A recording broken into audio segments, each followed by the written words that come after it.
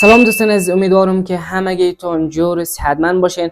خوش آمدین به سومین قسمت آموزش پینترست. در قسمت دوم ما یاد گرفتیم که از همه اول چطور یک اکانت درست حسابی بسازیم، بعدش چطور سرچ حرفه‌ای بکنیم که عکس ها با عالی ترین کیفیت مطابق دل خود ما برای ما پیدا شود و از ChatGPT هم بسیار زیاد کمک گرفتیم و در آخر یاد گرفتیم که چطور عکس ها را با عالی ترین کیفیت دانلود بکنیم. من لینک ویدیوش در پایین میمونم، برین ببینین، حتما به درتون میخوره.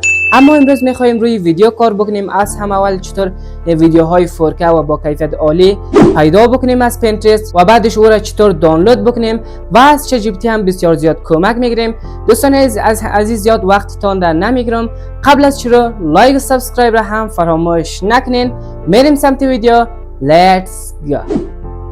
دوستان از همه اول وارد ChatGPT میشیم. اینجا نوشته میکنیم برای پینترست کلمات سرچ حرفه‌ای بده برای ویدیوهای سینمایی دارک با کیفیت 4K مخصوص یوتیوب شورت و ریلز.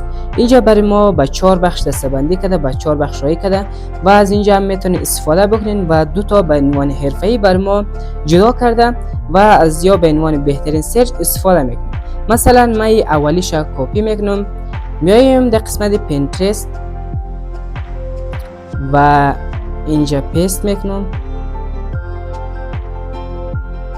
اینجا که پیست کردیم، ببینین دوستان عزیز ویدیوهای با کیفیت بسیار عالی برای ما پیدا کرد.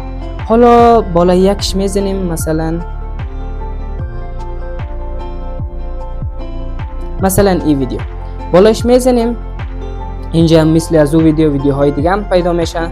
مثلا بالایی میزنم، من این ویدیو از این ویدیو خوشم اومد، بالای 3 نقطه میزنم و اینجا کپی لینک میزنم، لینکش که کپی شد و میایم بالای این برنامه را من لینک دانلودش حتما در قسمت دیسکریپشن میمونم و از اونجا میتونین دانلود بکنین. اگر دانلود نکردین همین را هم سرچ بزنین در پلی استور یا اپ استور، 100% براتون پیدا میشه.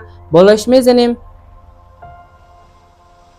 و اینجا بالای چلیپا میزنیم و اینجا بالای وسط سیف که نوشته است بالای ازی میزنیم و اینجا لینک از اون ویدیو را اینجا پیست میکنیم و کانتینیو را میزنیم.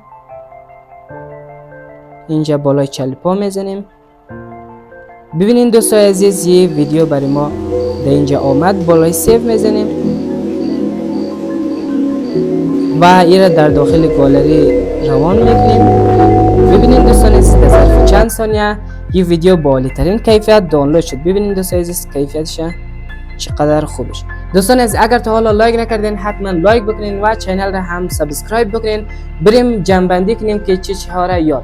جمع‌بندی کوتاه برای پایان این بخش. ما از همه اول یاد گرفتیم که چطور ویدیوها را با کیفیت عالی پیدا بکنیم و او را دانلود بکنیم. از ChatGPT هم کمک گرفتیم.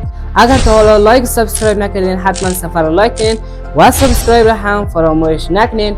تا ویدیوی بعدی موفق و خلاق باشید.